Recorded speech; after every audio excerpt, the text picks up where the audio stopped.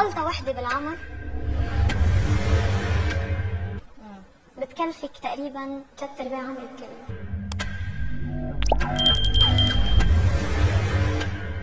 الأمان كان الحلقة المفقودة دايما في حياة الفنانة اللبنانية الراحلة سوزان تميم. رحلتها في الدنيا كانت قصيرة وكانت بتهرب من صغرها، خوف وقلق حاوتها في كل مكان راحته، حتى الحب ما كانش ملجأ الحماية ليها، والطمع في جمالها مهد الطريق السريع لنهايتها الحزينة، بس خلاها تحقق الشهرة اللي كانت بتحلم بيها ويمكن أكتر ما كانت تتخيل. بس للأسف كانت خلاص راحت للي خلقها. مواقف صعبة عاشتها سوزان تميم من صغرها ولحد رحلها، هتعرف كل التفاصيل معانا في الفيديو ده.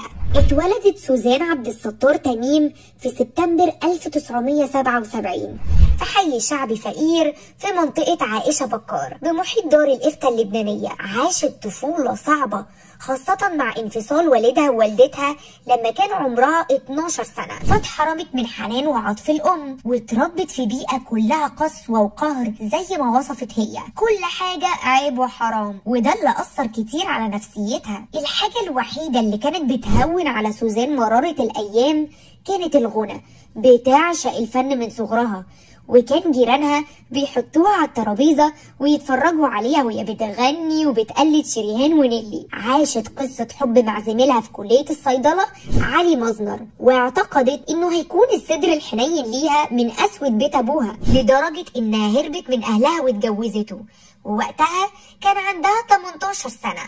ودي بقى كانت اكبر غلطة في عمرها، وبسببها دفعت الثمن غالي وهو حياتها.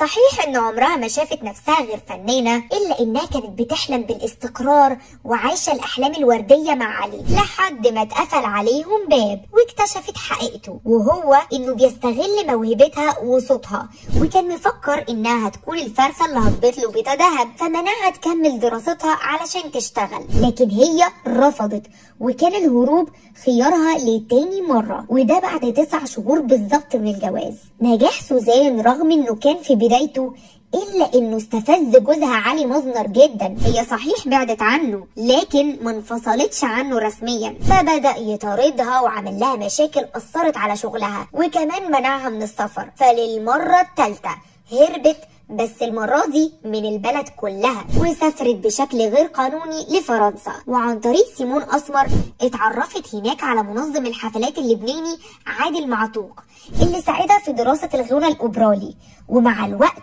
وقع في غرامها وقرر يحتكرها فنيا وإنسانيا. عادل خلصها من جوزها الأولاني ودفع له مبلغ محترم في مقابل وثيقة انفصالهم الرسمية، وكمان فسخ عقدها مع سيمون، وعلى طول اتجوزها ومضى معاها عقد احتكاري جديد لإدارة أعمالها الفنية، ورجعت بيروت وصلحت علاقتها بأهلها. والفترة دي بقى كانت المرحلة الذهبية في حياتها الفنية، فطرحت ألبومها الشهير ساكن قلبي، وأخبارها ومقابلاتها كانت بتتصدر وسائل الإعلام العربية.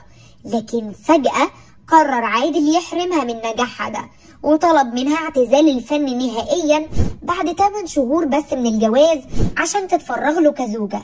وهنا جن جنونها. مصر كانت ملجأ هروب سوزان من جوزها في الوقت ده، بس بحكم عقدها معاه منعها من مزاولة أي نشاط فني، وانتقاما منه أنكرت جوازهم، لكن هو أثبته بشكل قانوني. ومسكتش على كده، ده اتهمها بسرقة 230,000 دولار من منزل الزوجية، وطلبها بموجب عقد الاحتكار ب15 مليون دولار نتيجة الضرر اللي تسببت له فيه، وحرفيا جمدها فنيا وتسبب بإنهاء عقدها مع روتانا. ده غير انه طلبها في بيت الطاعة بحكم قضائي. الأمير الوليد بن طلال عرف سوزان على رجل الأعمال المصري هشام طلعت مصطفى، زي ما أكدت والدتها سوريا الظريف، على أساس يعني يساعدها في حل مشاكلها مع معتوق، إلا إنه وقع برضه في غرامها، وكان مصمم على الجواز منها بمجرد انفصالها عن عادل. إلا إنه سوزان كانت رافضة مجرد التقرب منه، بس طبعا بسبب نفوذه الواسعة في مصر قدر يحاصرها. والدة الفنانة الراحلة أكدت إنه سكنها في فندق الفور سيزن اللي بيمتلكه في القاهرة، وكان بيغرقها هدايا وبياخدها معاه في سفرياته بالإجبار عشان تفضل تحت عينه. وفي مرة كانوا مسافرين لندن ونجحت في الهروب منه، وراحت لخالها نبيل المقيم هناك واستغاثت بالشرطة الإنجليزية لحمايتها. في لندن بقى اتعرفت سوزان على لاعب الملاكمة العراقي رياض العزاوي في متجر هارودز اللي بيمتلكه رجل الأعمال المصري محمد الفايد، وكشفت له الفنانة زي ما وضح في تصريحات صحفية إنها بتتعرض لتهديدات من هشام، فعرض عليها المساعدة والحماية، ومن هنا اتقربوا من بعض، وزي ما قال حبوا بعض وقرروا يتجوزوا. وده على الرغم من ان سوزان كانت لسه على ذمة معتوق. 18 شهر بالظبط كانت المدة اللي قضتها سوزان مع رياض، اللي اكد ان هو بنفسه اتعرض للتهديد من رجل الاعمال المصري بانه هيخلص عليهم لو ما سابهاش ترجع له.